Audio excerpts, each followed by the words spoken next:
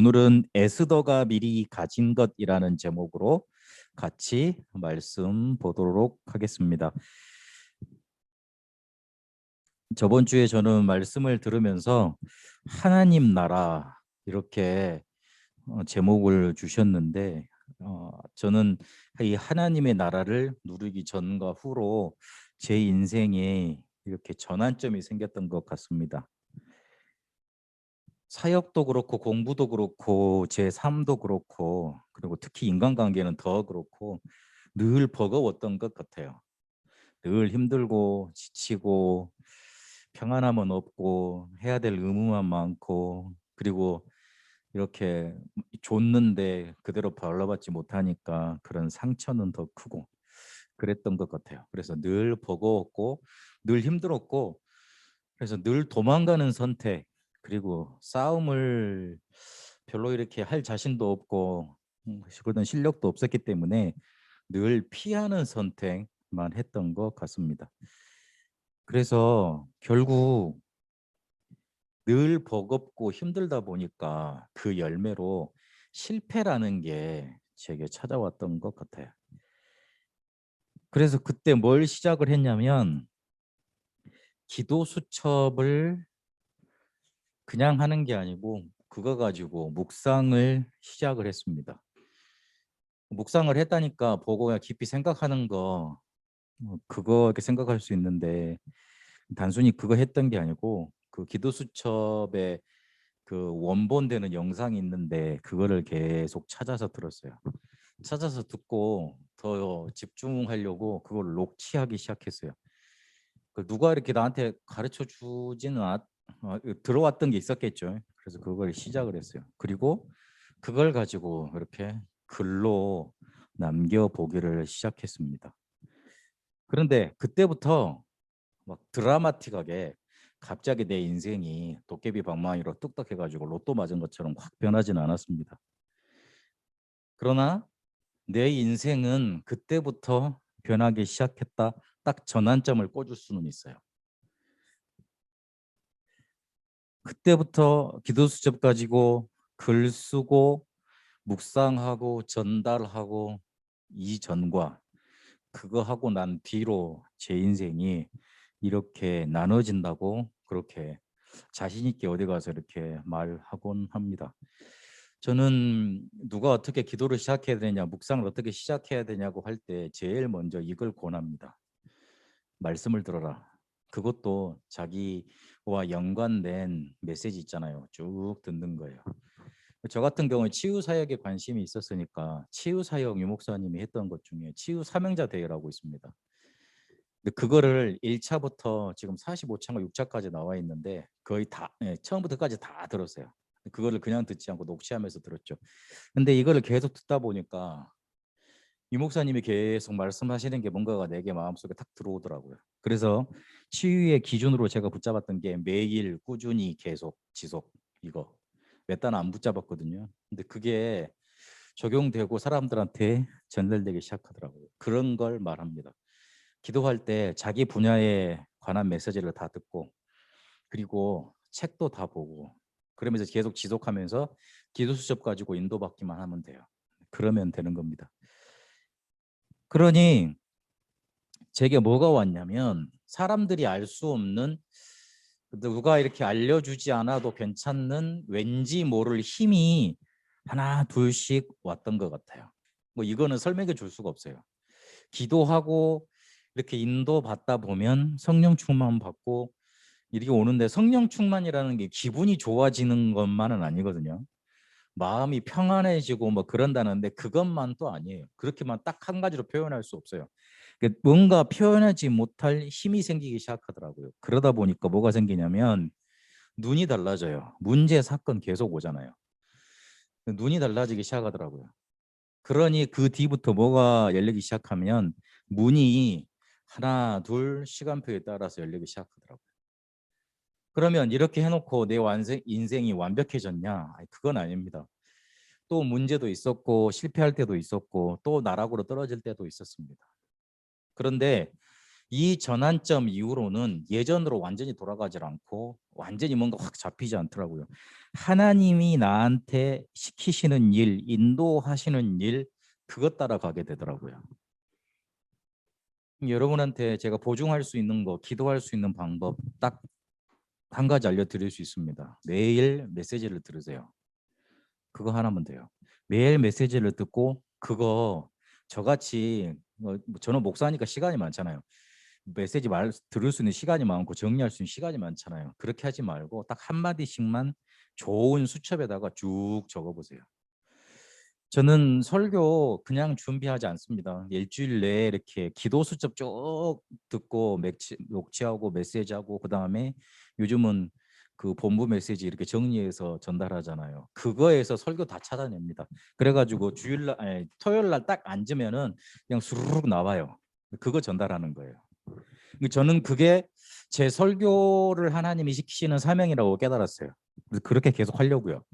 그게 나은 것 같아요. 저도 살고 내가 사니까 뭐 여러분은 답답할지 모르겠지만 어쨌든 듣는 사람은 어쨌든지 말든지 내가 편해야 되니까. 근데 제가 편한 방법, 제가 가장 알맞는 방법 그거더라고요. 설교하는 방법.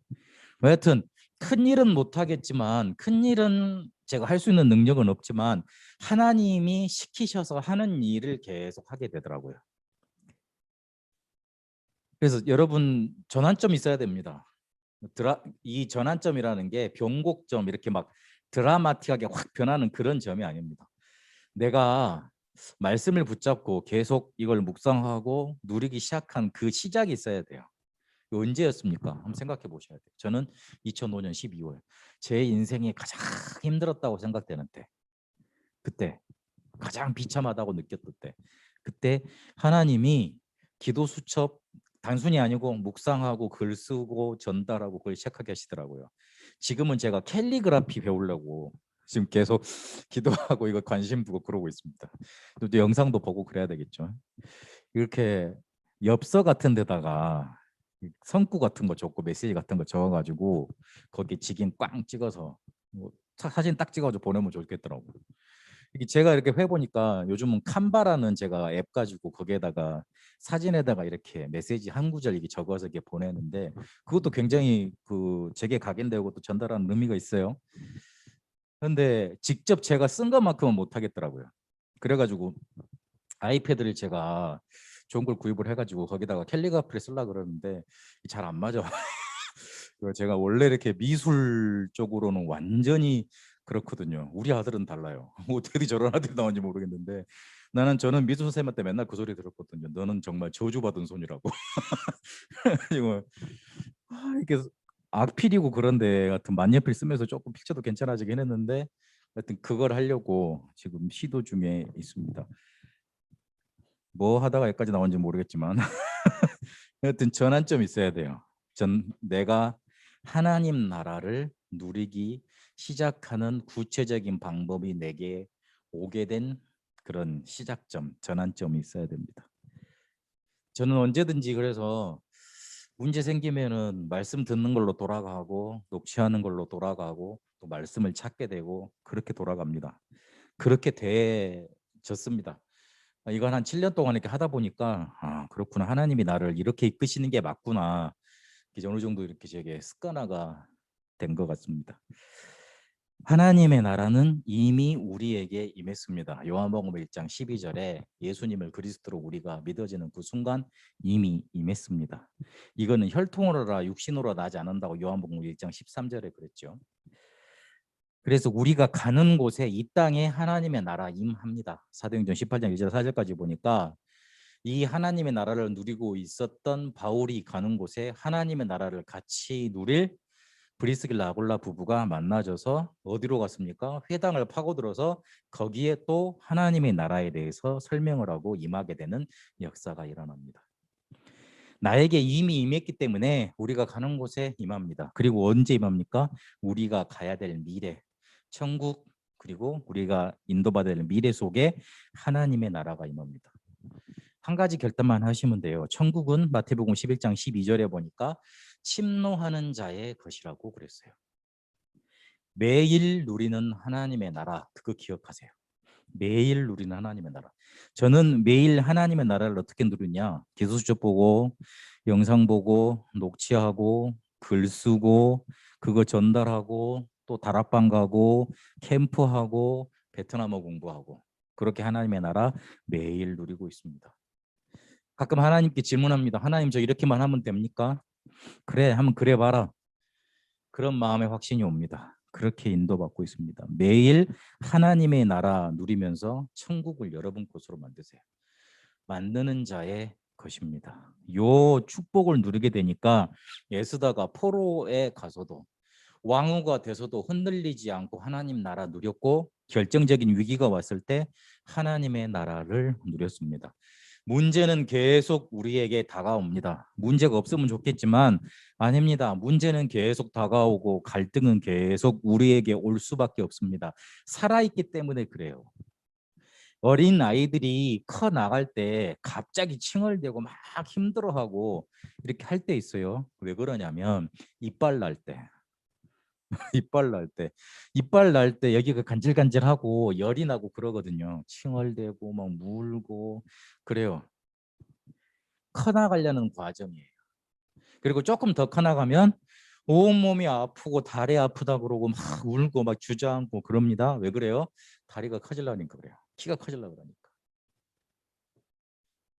그런 것들이 거쳐가면서 커나가는 거예요. 하나님은 우리를 세계복음화의 그릇으로 그런 서밋으로 만들기 위해서 문제를 계속 가져다 주십니다. 왜냐하면 살아있으라고, 살아있는 걸 확인하라고, 커가는 걸 느끼라고, 그러면서 237을 품으라고, 그러면서 세계에 살리는 축복을 누리라고.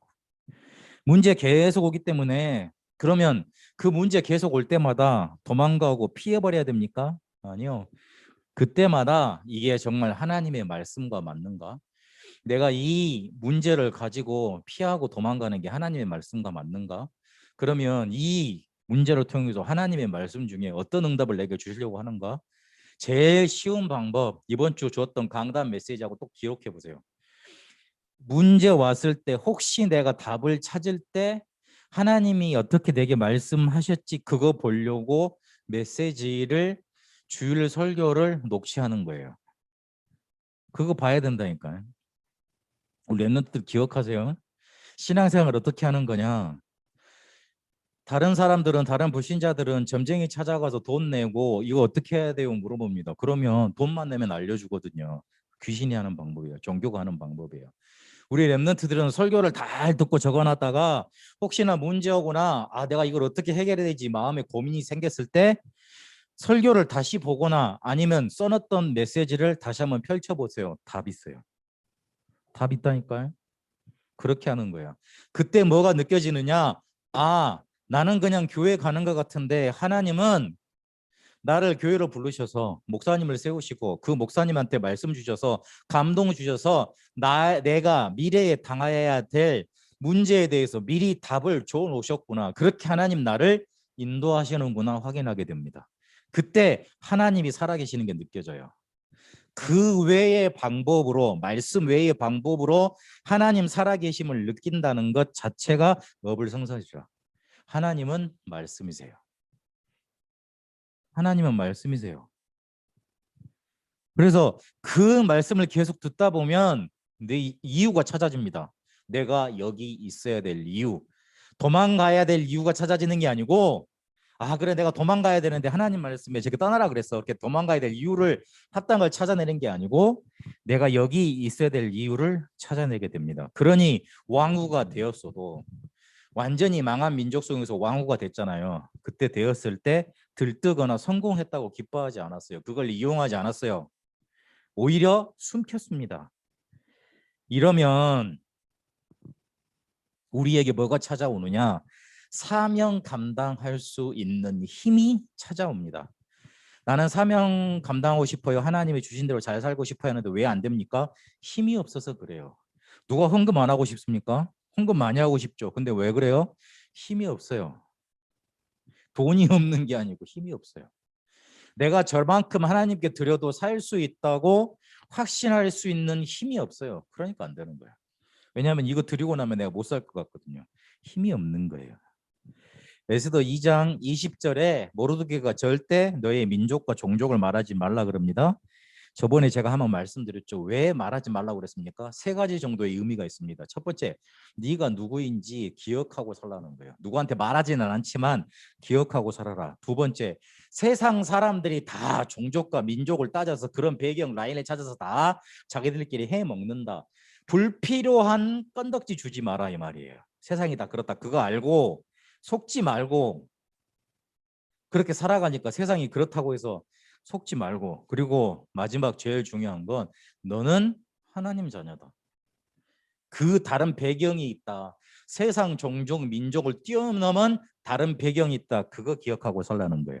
그래서 말하지 말라고 했던 것 같아요. 제가 모르드게였으면 그런 마음을 가지고 말했을 것 같아요.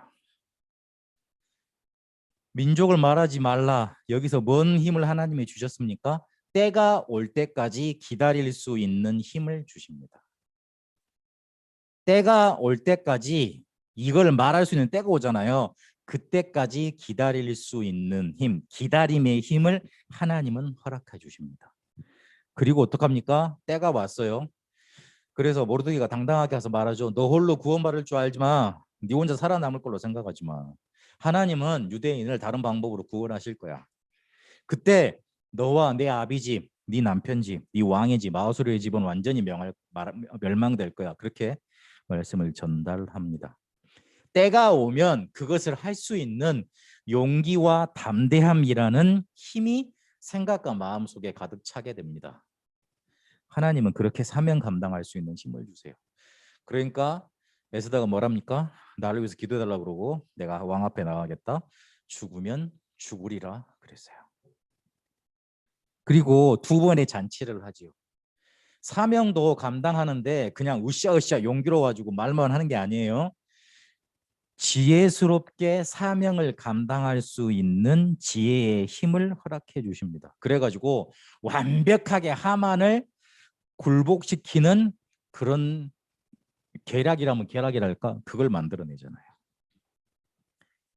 우리가 이유를 찾아내면, 말씀과 맞는가, 하나님의 말씀 속에서 이유를 찾아내면 하나님은 우리가 사명 감당할 수 있는 힘을 허락해 주십니다. 첫 번째 무슨 힘요? 기다림의 힘. 두 번째 무슨 힘요? 용기와 담대함의 힘. 세 번째 무슨 힘요? 지혜의 힘 허락해 주십니다. 여러분 그 힘 얻어서 여러분 인생길을 걸어가세요. 그 힘을 가지고 여러분에게 맡겨진 직분 감당하세요. 세상 먹고 사는 거 별로 그렇게 얘 안 써도 돼요. 조금만 몸이 힘들면 가서 일할 때 넘쳤어요. 요즘 일자리 없다 그러는데 그 앞에 줄임말이 중요합니다. 내가 원하고 편하고 많이 돈 벌 수 있는 그런 일자리가 없다는 거예요. 먹고 살 때는 널려 있어요. 걱정하지 마세요. 그런데 하나님은 우리에게 그거 하라고 부르신 거 아닙니다. 우리가 정말로 사명 앞에 죽으면 죽으리라 그런 결단 가지고 나아갈 수 있는 그걸 원하십니다. 하나님은 이렇게 에스더가 힘을 얻고 사명을 감당하니까 세계 살리는 모델로 세우시고 유대인을 구원하시고 그리고 불임절을 만들어서 지금까지 지키게 만듭니다. 유대인들이 지금까지도 최고로 치는 명절이 있는데 6월절이 아니고 불임절이에요. 역사적으로 자기들이 승리한 날이니까. 그렇게 하나님은 만들어 주셨습니다. 그럼 에스더가 미리 가진 것 가지고 하나님 우리는 그럼 어떻게 해야 되겠습니까? 편집하시라. 요즘 계속 편집에 대한 메시지가 나오죠. 이번 달 화요 집회 때도 편집이란 말씀을 강하게 주셨어요. 하나님의 능력의 말씀으로 편집되라. 중직자 한 명의 기도 편집이 중요하다. 달란트 편집 이렇게 말씀 주시면서 어제도 여호와의 것을 내 것으로 만들고 여호와께 집중하는 것. 그래서 하나님의 것이 나의 것으로 편집되는 그 축복을 누려라. 그렇게 말씀 주셨어요. 어떨 때 이유가 찾아지고 어떨 때 사명 감당할 수 있는 힘이 생기느냐? 여호와의 것이 내 것 될 때, 여호와를 향해서 집중될 때. 그래서 정리하세요. 집중하기 위해서 정리해야 됩니다. 뭐 해야 되느냐? 말과 주변을 정리하세요. 혹시 우리 랩런트들은 자고 일어나는 거 있잖아요. 일어나면 반드시 이불 개세요. 이불 개세요. 미국의 육군 사관학교 이렇게 가르쳤던 그 교수님이 했던 말이 있는데 자기 일어나면 꼭 이불을 개라. 그게 첫 번째 정리의 시작이다. 엘리트의 첫 번째 조건이다. 그걸 말했어요. 그렇게 정리를 하세요. 그리고 주변에 내가 이렇게 뭐 버려야 될 것 있잖아요. 쓰레기 많이 놔두지 마세요. 꼭 쓰레기 같은 거는 꼭 그때그때 정리하고 꼭 그걸 하세요. 말도 불필요한 말들, 특히 불필요한 말은 무슨 말이냐? 남 뒤에서 험담하는 말 하지 마세요. 그거 다 자기한테 돌아옵니다. 내가 이렇게 우리 집사님하고 이거 뭐 얘기했어. 누굴 욕했단 말이야 이렇게. 그러면 그 말이 다 자기한테 돌아옵니다 이렇게. 뭐 내가 그렇게 남하고 이야기하는 만큼 다른 사람도 내 뒤에서 내 이야기합니다. 그게 그 세상입니다. 그렇기 때문에 절대 이렇게 뭐 미운 사람이 있더라도 남 이야기하지 마세요. 절대로 하지 마세요. 두 번째, 막아야 돼요. 뭘 막아야 되느냐? 생각과 마음속에 분열되도록 만드는 염려 막으세요. 그리고 염려가 되어져서 염려는 나한테 염려가 되는 거고 오지랖은 남한테 염려가 되는 거예요. 그러니까 아이고 너 그렇게 하지 마. 훈수를 두지. 그거 하지 마세요. 그걸 막으세요. 그리고 뭘 실천하느냐? 서밋의 타임 가지고 자세 갖추고 그릇을 갖추세요. 쉬운 말로 생각과 마음을 항상 서밋에 두세요. 그러면 돼요. 생각과 마음만 내가 항상 서밋에 둘 수 있으면 여호와의 것, 내 것 됩니다. 그러면 됩니다. 정리하고 막고 실천하세요. 정리하고 막고 실천하세요. 그것만 해도 됩니다. 에스더가 미리 누렸던 것 여러분에게 누려지게 되시길 바랍니다. 저번 주 우리가 말씀 받았던 대로 여러분에게 딱 하나님의 나라나 내가 지금부터 누린다 이 전환점이 이번 주부터 시작되시길 바랍니다. 살아계신 하나님, 에스더가 미리 누렸던 것 오늘 말씀으로 확인했습니다. 여호와의 것이 나의 것 되어지고 여호와의 것에 집중되게 하여 주옵소서. 그래서 하나님의 나라를 매일 침노하다가 내 것으로 누리게 하옵소서. 이제는 우리 주 예수 그리스도의 은혜와 하나님의 살아계심과 성령님의 역사 인도하심이 하나님의 나라 매일 누리며 여호와의 것을 나의 것으로 만드는 편집 속에 들어가길 원하는 우리 렘넌트들과 베트남 TCK들과 베트남과 한국이 이제와 영원토록 항상 함께 계실지어다. 아멘.